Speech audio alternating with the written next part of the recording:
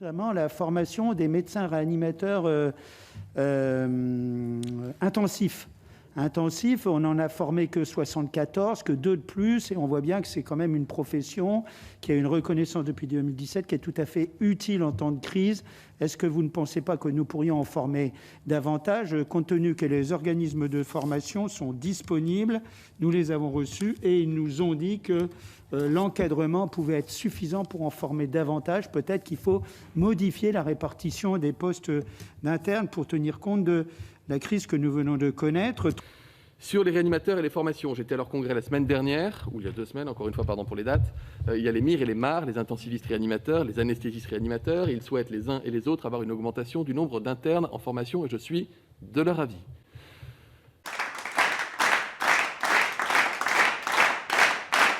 J'ai dit qu'il y aurait donc une augmentation du nombre d'internes formés pour les MIR et les MAR cette année, qu'il y aura une augmentation plus sensible l'année prochaine parce qu'il y aura plus 400 postes à répartir, ce qui permettra d'y aller, et l'année d'après encore plus de postes, et donc je leur ai dit que sur 3 ans, on allait augmenter de façon très sensible le nombre de réanimateurs et d'anesthésistes réanimateurs en formation. Profession des infirmiers anesthésistes. J'ai été également interpellée avec ma collègue Katia Poursopoli par eux, puisque vous les avez reçus, je crois, pareillement le 27 mai dernier. Et lors de cet échange, vous avez affirmé la nécessité de faire évoluer les professions du monde de la santé en indiquant que les infirmiers anesthésistes n'étaient pas éligibles au statut de pratique avancée. Donc, je voudrais savoir, finalement, les protocoles de coopération et la validation d'acquis d'expérience ne répondent pas aux revendications des infirmiers anesthésistes qui, eux, demandent une véritable évolution statutaire. Donc, que répondez-vous, Monsieur le ministre, finalement, à ces infirmiers anesthésistes qui demandent une perspective de reconnaissance de leur métier? Les IAD cherchent leur place dans le système de santé qu'elles ont en propre, avec non seulement la reconnaissance d'une spécialité infirmière avec les bonifications qui vont avec, et notamment la NBI, qui est une prime qui majeure encore la rémunération des IAD, mais en plus les IAD ne sont pas du tout déclassés ou dégradés par rapport à des IPA, et on a expliqué, on a débattu des missions qui sont différentes. La mission que vous avez votée d'un IPA, c'est travailler en totale autonomie, par exemple dans un service de cancérologie, de faire les premières consultations, etc. Ce n'est pas la même chose, ce n'est ni moins bien, ni mieux que le statut d'infirmier spécialisé, c'est totalement différent. Et il y a une mission, je suis très sensible quand ils me disent qu'ils sont parfois seuls à bord pendant l'opération d'un malade, une fois que l'anesthésiste a fait la sédation, et quand ça le réveille, ils ne peuvent pas prescrire du paracétamol. Donc c'est plutôt dans ce sens-là qu'il faut qu'on fasse évoluer les choses. Quant aux rémunérations des IAD, un IAD en fin de carrière peut toucher plus qu'un anesthésiste en début de carrière, ce qu'on a discuté ensemble, grâce au Ségur, avec pour le coup des revalorisations qui sont importantes.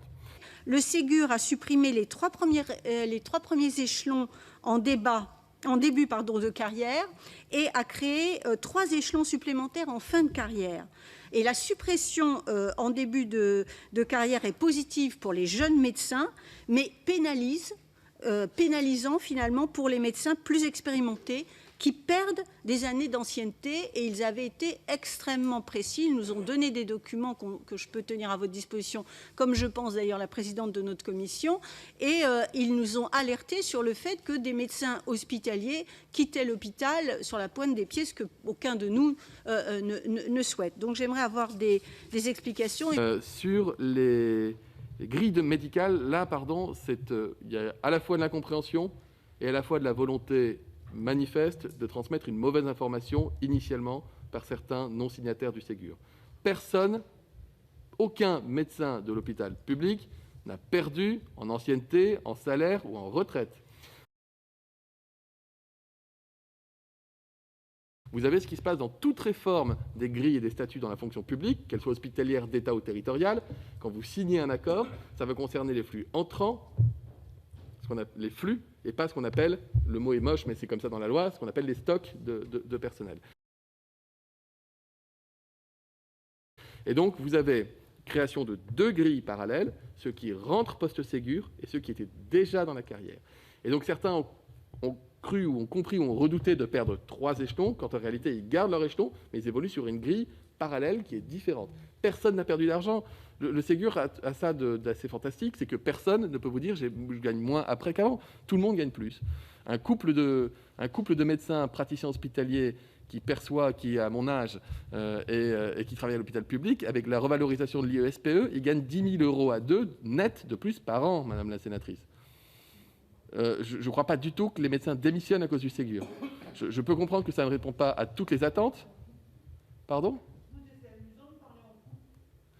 Parce que je discutais avec un couple hier de praticiens hospitaliers qui me disaient que ça avait finalement changé leur vie parce qu'ils ont fait le calcul sur 25 ans, ça faisait 250 000 € et qu'ils ont pu acheter une petite résidence pas très loin de la mer.